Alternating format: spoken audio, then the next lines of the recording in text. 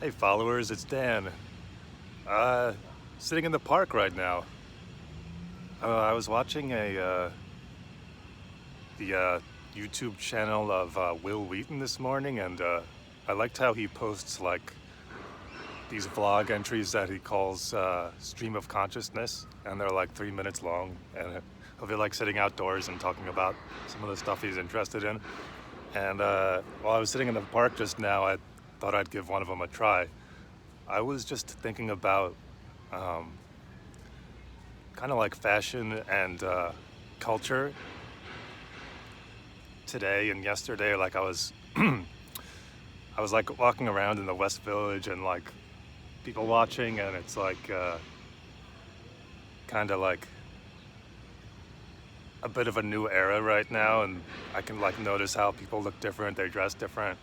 There's like different sensibilities I feel like people might have now, and at the same time, I kind of hate that I'm even talking about fashion because I'm kind of like, I know I'm kind of like anti-fashion, and that's kind of what I want to get to, because like I was thinking about so like I guess part of the difference that I've been noticing is like the dichotomy between like millennials and their culture and fashion and like Gen Z, because like I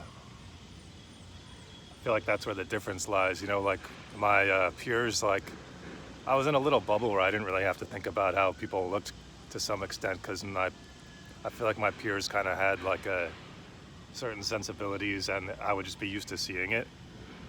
But like when I saw like Gen Zers, I guess Zoomers, criticizing millennials online and the things they do, like uh, celebrate eating pocky and that kind of thing. Um, it kind of like put the my cohort stuff into a different perspective, but that's not really what I want to discuss, is like differences in generational styles or anything. Because like I feel kind of dissatisfied about style. Like, I mean, I guess it's cool. Like I like that. Like I like the idea of like young people recycling clothing and wearing thrift store clothing, like because it's like less waste. Um, that seems like a I don't know. I like that because it's like not coming from a store, you know. Because like another thing is like I've did some online shopping recently in the pandemic, and it's like I noticed every like retailer of clothing sells pretty much the exact same things. Like there will be styles for that year, and they all do the same styles. Like you could just there's no difference between stores. You could just pick one and get the same items. But anyway, that's beside the point. Um, like so, I was thinking more about like the other thing I noticed is like how culture will be like widespread, like overnight.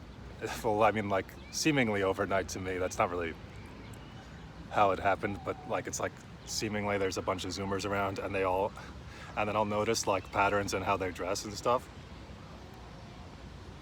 So it's like I wish it was like this pure individualism where everyone has like a total autonomy over like how they over the choices they make, and their like their inclinations and tastes. But like the fact that I could see patterns, and just looking back at my own life and like the cultures that we did, um, it's like people are informed by each other, their peers. I'm looking around, and it's like that's what I want to get to, is like the idea of culture. And it's like culture can kind of like, for better or worse, kind of put you on a like a conveyor belt and help you move through life. Like and I've always like just thought of it as like inherently a good. Like oh, culture, it's human, and it's like a kind of a alternative to conformity and rules and what have you, and it's like expressive. Um, like if you're into like swing dancing, like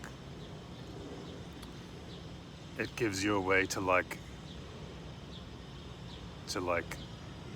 express like these like human impulses, like dancing and celebrating and relating to people.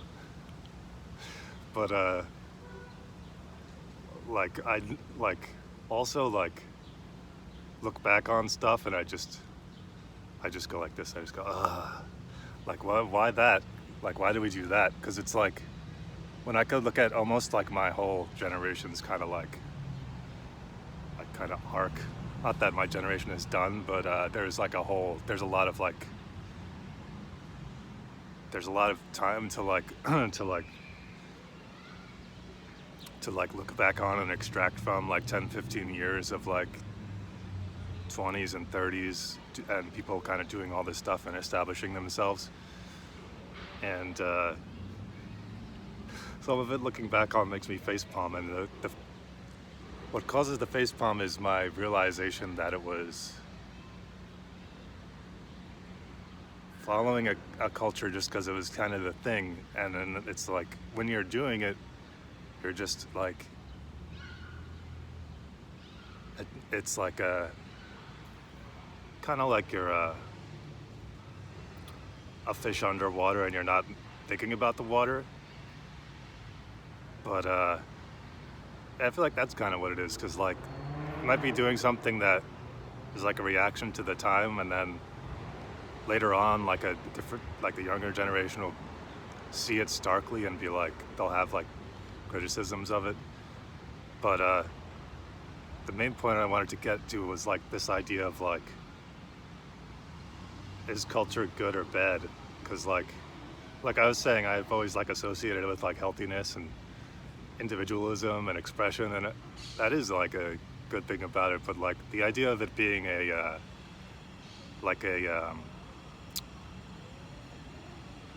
it's like a little holding cell that you pop into, and it like ushers you through life, like doing the following stuff, like it seems like it could be also really kind of toxic. Like if you follow a certain genre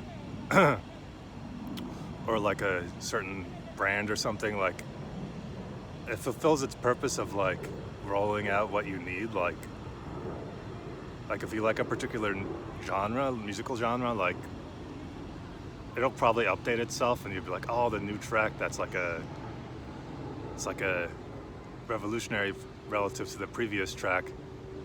And then like it helps you move through life, but in this kind of like dictated way, I suppose. But I don't know, it's interesting for me to look back on and see things that way,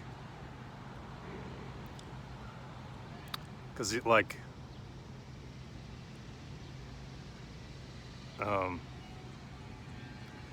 looking at Zoomers, it seems like the way I'm looking at it might be a little idealized, but it's like, oh, there's like more variety. Like it seems like maybe each younger generation just has more stuff out there, and more kind of like freedom.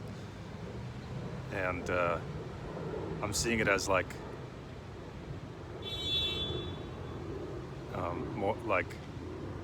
more variety, I guess, because like you could probably write a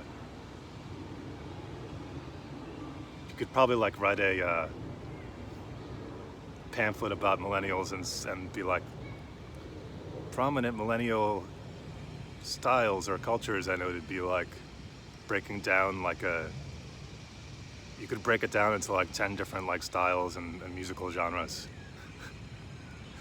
And that's interesting to me, because like at the same time as the cultures are liberating, they're also like almost, I guess, like has a certain cookie cutter sense like that. So With me being a bit of an idealist, it's like when I think of culture that way, I'm like, why do we do things like that? And I guess that's a new way of thinking for me.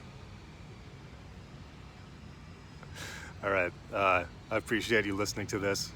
It's a beautiful day. I got my sunscreen on, obviously. All right, I'm gonna post this up. We'll see how it goes. See ya.